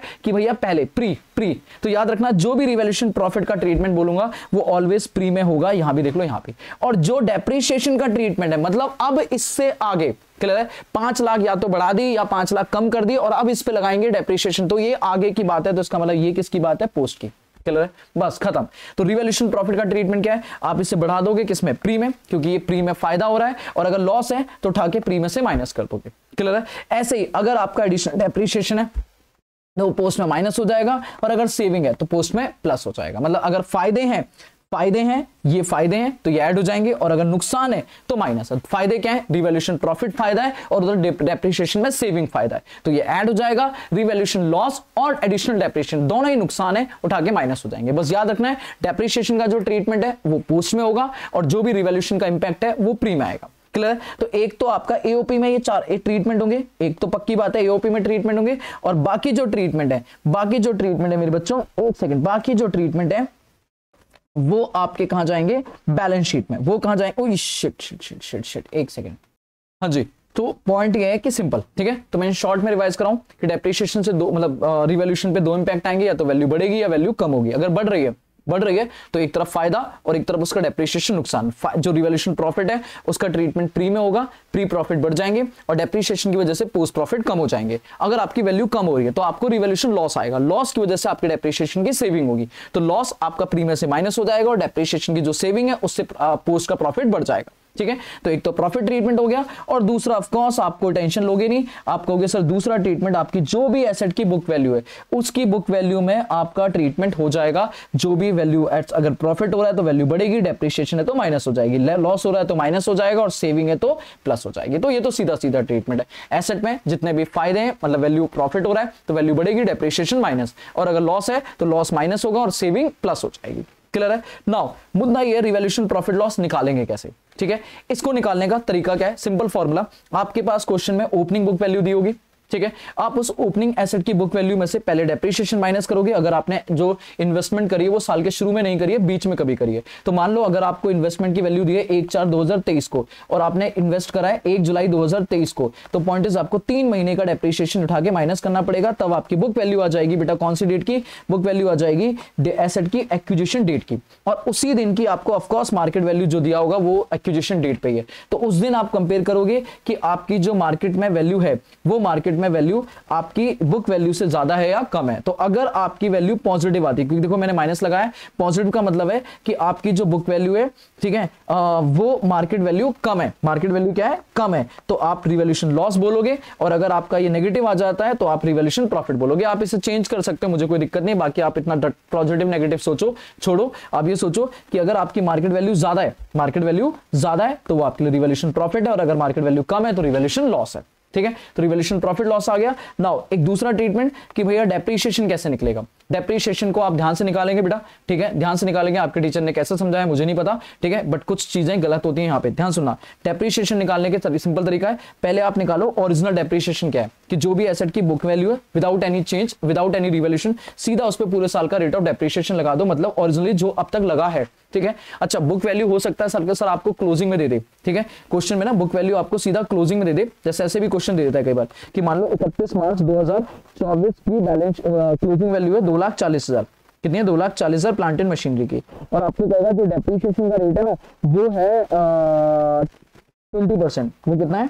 20%। ठीक है, तो क्या आप इसकी ओपनिंग बुक वैल्यू निकाल सकते हो? बिल्कुल सर, कैसे निकालोगे? आप सीधा इसे 2,40,000 को 80% से डिवाइड कर दो, 80% से डिवाइड कर दो तो आपकी ओपनिंग वैल्यू आ जाएगी। क्लियर है? तो 3 लाख आ जाएगी, और 3 लाख का 20% ऑफ कोर्स आपका 60,000 का डेप्रिसिएशन आ गया। तो रिवर्स कैलकुलेशन पे भी आप ओपनिंग वैल्यू निकाल सकते हो। ठीक है, तो ये भी मैंने एक पार्ट समझा दिया कि अगर ओपनिंग दिए तो ओपनिंग। ठीक है, अब जो भी आपका ओरिजिनल डेप्रिसिएशन आया मेरे बच्चे, जो भी आपकी मान लो 3 लाख मैंने डिवाल दी, 3 लाख का 20%, 3 लाख का 20% आ गया आपका पूरे साल का 60,000 डेप्रिसिएशन। दिस इज ओरिजिनली जो आपका लग रखा है, ठीक है, माइनस न्यू डेप्रिसिएशन कि जो हम अगर रिवैल्यू कर दें तो क्या लगेगा। तो रिवैल्यू कैसे होगा, पहले जितना बिगनिंग से शुरुआत होगी, अगर आपने बिगनिंग में चेंज कर दिया तो बिगनिंग से ही आप रिवाइज वैल्यू उठा लोगे। और अगर आपने बिगनिंग में नहीं 1 जुलाई से चेंज किया तो पहले 1 अप्रैल से वैल्यू पे 3 लाख पे 20% कितने महीने का, 3 महीने का ये लगेगा। और फिर उसके बाद जो आपकी नई रिवाइज वैल्यू है तो उस नई रिवाइज वैल्यू पे आपको बाकी के 9 महीने का डेप्रिसिएशन लगा के, दोनों 12 महीने का डेप्रिसिएशन लगा के ये रिवाइज आ जाएगा। अब ये डेप्रिसिएशन अगर ज्यादा आ रहा है तो दिस इज एडिशनल कि आपको ज्यादा लगाना पड़ेगा, और अगर आपका ये कम आ रहा है तो इसका मतलब आपको सेविंग होने वाली है। तो ये आपकी एडजस्टमेंट है, यहाँ पे आप सेविंग और एडिशनल डेप्रिसिएशन निकाल सकते हो, ठीक है। होप सो आपको ये बात अच्छे से समझ आई होगी, ठीक है, कि कैसे रिवॉल्यूशन निकालना है, कैसे एडिशनल डेप्रिसिएशन निकालना है, फिर इसके क्या ट्रीटमेंट होने वाले। द लास्ट एडजस्टमेंट मेरे बच्चों, डेप्रिसिएशन के बाद आता है डिविडेंड। मेरे बच्चे खत्म, चैप्टर खत्म। डिविडेंड, डिविडेंड क्या है सर, डिविडेंड में 2 पॉइंट आएंगे। एक डिविडेंड मेरे बच्चे ध्यान सुनना, एक डिविडेंड डिक्लेयर करेगा एच लिमिटेड, इसका मेरे को नहीं लगता आपको कुछ भी टेंशन लेनी है। एच लिमिटेड डिविडेंड दे रहा है मतलब मेरे लिए कंसोलिडेशन में कोई लेना देना नहीं है, वैसे नॉर्मली क्वेश्चन भी नहीं बोलता लेना देना क्या नहीं है सर, नॉर्मल है। आपने डिविडेंड दिया, डिविडेंड पहली बात कैलकुलेशन याद रखना, कैलकुलेशन कैसे होता है, लिखना हो लिख लेना बेटा। कैलकुलेशन होता है जो भी हमारी इक्विटी शेयर कैपिटल की पेड अप वैल्यू है, ऑफ कोर्स क्वेश्चन में पेड अप वैल्यू दी होगी बैलेंस शीट के अंदर, तो जो भी आपको इक्विटी शेयर कैपिटल की वैल्यू दी है मल्टीप्लाई बाय रेट, प्रॉफिट से लेना देना नहीं होता, तो आपका ये डिविडेंड आ गया। अब जो भी डिविडेंड आया, जो भी डिविडेंड का अमाउंट आया, उससे अगर होल्डिंग कंपनी दे रही है तो उसका सब्सिडरी से कोई लेना देना नहीं है, होल्डिंग कंपनी के बैंक से उठा के माइनस कर दो, ठीक है। जो भी होल्डिंग कंपनी का बैंक बैलेंस है, मतलब बोले तो कंसोलिडेटेड बैंक से माइनस कर दो और कंसोलिडेटेड रिजर्व से माइनस कर दो, दो ही चीजें कम होंगी, प्रॉफिट कम हो जाएगा और पैसा कम हो जाएगा। क्लियर है, खत्म, इससे ज्यादा मुझे दिमाग लगाने की जरूरत नहीं है, ठीक है। तो होल्डिंग कंपनी का जनरली क्वेश्चन देगा भी नहीं, और अगर देगा भी तो सिर्फ 2 ट्रीटमेंट है। क्या सर, आप यहां पे एंट्री कर सकते हो PNL account debit, statement of PNL account debit to bank, अगर फुल खुल के एंट्री करो तो consolidated PNL account debit to consolidated bank, खत्म। क्लियर है। नाउ मेन मुद्दा जो है हमारे लिए वो है सब्सिडरी कंपनी। अगर सब्सिडरी डिविडेंड देती है तो यहाँ पे 2 ट्रीटमेंट होंगे, एक एस लिमिटेड की बुक्स में होगा और एक एच लिमिटेड की बुक्स में होगा। एस लिमिटेड बोले तो मेरे लिए दोनों ही कंसोलिडेटेड है, पर सोच के देखो एस लिमिटेड क्या करेगी, तो एस लिमिटेड का जनरली ये भी क्वेश्चन आपसे नहीं करवाएगा, कहेगा एस लिमिटेड ने कर लिया है, जो करना था कर लिया है, तो एस लिमिटेड का पैसा कम हो जाएगा, और एस लिमिटेड के प्रॉफिट बोले तो एओपी, एस लिमिटेड के प्रॉफिट बोले तो एओपी, एओपी में से डिविडेंड माइनस हो जाएगा। अब ये देखना पड़ेगा, अगर वो प्री पीरियड से बिलोंग कर रहा है तो प्री पीरियड से डिवाइड माइनस हो जाएगा, और अगर पोस्ट से कर रहा है तो पोस्ट में से माइनस हो जाएगा। मेरे बच्चे प्लीज ध्यान सुनना, अगर डिविडेंड दे चुकी है, अगर डिविडेंड देना है तो ये 2 ट्रीटमेंट होंगे, और अगर आपने बोला कि हमने डिविडेंड दे चुका है तो आपको बैंक से कुछ नहीं करना, ये पॉइंट ध्यान सुनना। आपने अगर डिविडेंड दे चुके हैं तो उसका ट्रीटमेंट क्या होगा, डिविडेंड सब्सिडी दे चुकी है तो बैंक से कुछ नहीं करना, फिर आपको क्या करना है, अगर ऑलरेडी गिवन तो क्या करना है, तो आप क्या करोगे, आप अगर सर मेरे बच्चे ध्यान समझना, अगर आप बोलोगे, सिंपल सी बात है, ठीक है, अगर डिविडेंड की दे चुकी है तो आप बोलोगे, अगर उसने बोला कि उन्होंने दिया रिजर्व एंड सरप्लस से, कहां दिया, आउट ऑफ रिजर्व, तो सेम एज बोनस शेयर, जो भी आपके ओपनिंग रिजर्व एंड सरप्लस आएंगे उसमें से माइनस करके बाकी रिजर्व लिखोगे आप, ठीक है, बाकी रिजर्व लिखोगे। अगर क्वेश्चन कहता है नॉर्मल कुछ नहीं बोलता है, करंट ईयर में से दिया है, अपने करंट ईयर में से दिया है, ठीक है, मतलब इसी साल के प्रॉफिट में से डिविडेंड दिया है आपने जो भी, तो फिर उस केस में आप क्या करोगे, आप इसको सब कुछ डिवाइड करने के बाद जो भी है, ठीक है, मतलब प्री पोस्ट में डिवाइड करने के बाद, ठीक है, जितना भी प्री पोस्ट में आया डिवाइड करने के बाद आप जो भी मतलब दैट इज लाइक कि 6 लाख का प्रॉफिट आया, मान लो कितने का, 6 लाख का प्रॉफिट आया, ठीक है, और 6 लाख का प्रॉफिट आपने डिवाइड किया प्री और पोस्ट में, ठीक है, 6 लाख का प्रॉफिट प्री और पोस्ट में डिवाइड किया, तो नाउ आप 6 लाख में पहले ही अगर क्वेश्चन कह रहा है कि आपने डिविडेंड दे दिया है तो फिर आपको मतलब दैट इज दे चुके हो, तो आपको बस ये देखना है कि वो प्री से बिलोंग कर रहा है तो प्री में से माइनस करो, पोस्ट से कर रहा है तो पोस्ट में, ठीक है। दैट मींस उससे ज्यादा दिमाग लगाने की जरूरत नहीं है, सिंपल है कि अगर आपको रिजर्व में से दे रहा है तो रिजर्व में हटा के बाकी करंट ईयर प्रॉफिट उठा के बांट दो, और अगर आपको नहीं बोल रहा है तो पहले प्रॉपर नॉर्मल रिजर्व निकाल लो, फिर रिजर्व को बांटने के बाद उसमें से माइनस कर दो, ठीक है। मैं इसको थोड़ा सा क्वेश्चन करके समझाऊंगा तो ज्यादा अच्छे से बात समझ आएगी। अभी मैं यहां से हटा रहा हूं, मैंने बोला ऑलरेडी आपको ये बात क्लियर होनी चाहिए। नाउ अगर आपने बोला ट्रीटमेंट को, डिविडेंड थोड़ा सा कंफ्यूजन है, सुनते रहना, अगर आपने बोला नहीं सर डिविडेंड एच लिमिटेड की बुक्स में क्या करना है, तो डेफिनेटली भैया अगर सब्सिडरी कंपनी डिविडेंड दे रही है तो एस लिमिटेड उसे रिसीव करेगी, एच लिमिटेड उसे क्या करेगी, रिसीव। अब रिसीव करेगी तो अगर उसने ट्रीटमेंट नहीं करा, एच लिमिटेड ने कोई ट्रीटमेंट नहीं करा, तो ऑफ कोर्स एक तो उसके बैंक में ऐड हो जाएगा, जितना भी उसका शेयर बनता होगा, मान लो 1 लाख का डिविडेंड दिया तो 1 लाख में मेरा 80% शेयर है, तो 80,000 मेरे बैंक में ऐड हो जाएगा, ठीक है। और दूसरा 80,000 मेरा कॉस्ट ऑफ कंट्रोल में ऐड हो जाएगा, अगर मैं कंसोलिडेटेड रिजर्व एंड सरप्लस में ऐड हो जाएगा अगर मेरा वो पोस्ट से बिलोंग करता है, मतलब मेरे खरीदने के बाद के पीरियड से बिलोंग करता है डिविडेंड, और अगर नहीं मेरे खरीदने से पहले तो वो मेरा परचेज डिविडेंड है, दैट मींस कॉस्ट में से माइनस हो जाएगा। मैं इस पे ज्यादा डिस्कशन नहीं करूंगा, आपको AS 13 का रेफरेंस दे दूंगा। AS 13 कहता है कि अगर आपने कोई भी इन्वेस्ट करा और उस पर इनकम आ रही है और वो इनकम आपके खरीदने के बाद की है तो आपके P&L में जाएगी, लेकिन आपके खरीदने से पहले की है तो वो आपकी इन्वेस्टमेंट की कॉस्ट से कम होगी, क्योंकि सामने वाला गधा नहीं है, वो आपको पैसा जो देगा जिससे आप इन्वेस्टमेंट खरीदोगे वो डिविडेंड ऐड करके दे रहा होगा, तो इसका मतलब आपने उस टाइम ज्यादा पे किया होगा, आज उसकी रिकवरी हो रही है। क्लियर है? तो आप पहला ट्रीटमेंट बैंक में ऐड करोगे नो डाउट, और दूसरा ट्रीटमेंट जो आपको डिविडेंड मिला अगर वो पोस्ट का है तो आप normally consolidated reserve and surplus में ऐड करो, और अगर क्वेश्चन कह रहा है नहीं पिछले साल का डिविडेंड है, प्री है, तो आपको ऑफ कोर्स उसे अपनी कॉस्ट ऑफ इन्वेस्टमेंट्स में माइनस करना पड़ेगा। बट क्वेश्चन कहेगा नहीं जी, 99% क्वेश्चन कहेगा ट्रीटमेंट नॉट डन, नहीं ट्रीटमेंट डन, हमने कर दिया बट हमसे गलती हो गई है। क्या गलती हो गई है? वो कहेगा हमने ना सारा इन्वेस्टमेंट का जो इंटरेस्ट जो डिविडेंड आया वो हमने कंसोलिडेटेड P&L में, मतलब एच लिमिटेड ने अपने P&L में, एच लिमिटेड ने अपने P&L में क्रेडिट कर दिया है। क्या कर दिया? अपने P&L में ऐड कर दिया है। तो नाउ ऐड कर दिया, अगर मेरे बच्चे ऐड कर दिया तो गलत कर दिया। क्यों? क्योंकि अगर वो पोस्ट है, अगर वो पोस्ट है तो ओके है, तो ओके, लेकिन अगर वो प्री है तो वो उसके P&L में ऐड नहीं होना चाहिए था, तो P&L से उठा के माइनस करो, और बेटा कॉस्ट ऑफ कंट्रोल में प्लस नहीं, अगेन ये भी यहां से इन्वेस्टमेंट से माइनस, मतलब ये P&L में ऐड नहीं होना चाहिए था, ये इन्वेस्टमेंट में से माइनस होना चाहिए था, तो इन्वेस्टमेंट में माइनस करो और P&L से हटाओ। ठीक है, तो बेटा ध्यान सुनना, दोनों दोबारा बोल रहा हूं मैं, दोनों में ही माइनस होगा। आपको लगता है एक जगह माइनस एक जगह प्लस, नहीं, यहां दोनों ही माइनस हो रहा है। आपका ये एक्चुअल ट्रीटमेंट है, ये माइनस होना चाहिए, ठीक है, और ये प्लस होना, प्लस आपने कर दिया, ये गलत कर दिया, तो आप इस प्लस को उठा के यहां से क्या करोगे? माइनस। दोबारा सुन लो क्या बोला मैंने, माने का 1 लाख का डिविडेंड है जिसमें एच लिमिटेड का शेयर है 80%, एच लिमिटेड का शेयर कितना है? 80%, तो दैट मींस 80,000 का डिविडेंड आया, पर this is pre, this is pre. अब क्वेश्चन कह रहा है हमने ये उठा के क्रेडिट कर दिया है, कहां पे? Credited to P&L, credited to P&L मतलब P&L में ऐड कर दिया, तो बेटा ये सही किया? नहीं, तो इसके दो ट्रीटमेंट क्या हो गए? पहले उसके स्टेटमेंट ऑफ P&L, बोले तो कंसोलिडेटेड ही है मेरे लिए होल्डिंग कंपनी का P&L, वहां से उठा के क्या करो? माइनस, और दूसरा एक्चुअल ट्रीटमेंट करो, वो कॉस्ट ऑफ इन्वेस्टमेंट में से एक्चुअल में क्या होना चाहिए? माइनस, मतलब मेरी इन्वेस्टमेंट की वैल्यू कम होनी चाहिए। अगर इसकी एंट्री करूं तो statement of P&L account debit to investment, statement of P&L account debit to investment, दोनों ही कम हो रहे हैं, P&L भी कम हो रहा है और इन्वेस्टमेंट भी कम हो रही है। बोलो हाँ है ना? यहीं पे मेरा चैप्टर खत्म हो जाएगा। मतलब अगर आप ध्यान से देखो तो ये वाला पार्ट सबसे इंपॉर्टेंट है, ये वाला पार्ट सबसे इंपॉर्टेंट है। क्वेश्चन जो आपसे करवाएगा वो ये करवाएगा कि हमने सब कुछ कर दिया है, आपको टेंशन लेने की जरूरत नहीं है, बस हमने गलत कर दिया है। क्या गलत कर दिया? वो खुद खुल के नहीं बोलेगा कि मैंने गलत कर दिया, वो ये बोलेगा कि सर जी होल्डिंग कंपनी ने ना क्रेडिट कर दिया, तो सर आप देख लो, अगर वो प्री है तो आपको क्रेडिट नहीं करना चाहिए था, आपने खामाखा क्रेडिट कर दिया है, तो आप उसे उठा के वापस क्या कर दोगे?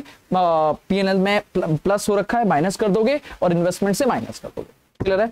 और बाकी तो कोई टेंशन नहीं है। सब्सिडरी कंपनी का ट्रीटमेंट क्या है? सब्सिडरी कंपनी का ट्रीटमेंट यही है कि सर एओपी बनाते टाइम उसे हटा दो, ठीक है, एओपी बनाते टाइम उसे हटा दो। अगर वो रिजर्व एंड सरप्लस से दिया है तो रिजर्व एंड सरप्लस से, और एओपी में दिया है तो जो भी प्री और पोस्ट से पीरियड बिलोंग कर रहा है वहां से उसको देख लो, डील कर लो। खत्म सर जी, खत्म।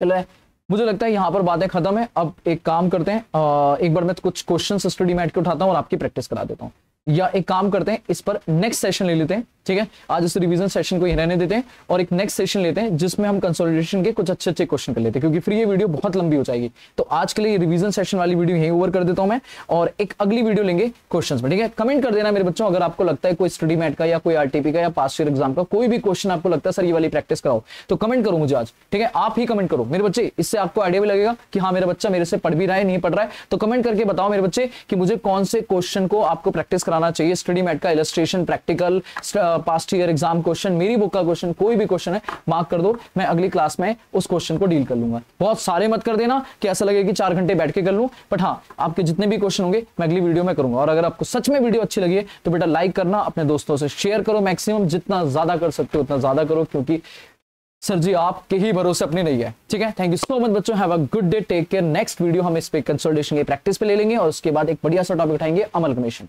चलो जी बच्चों, बाय बाय, टेक केयर।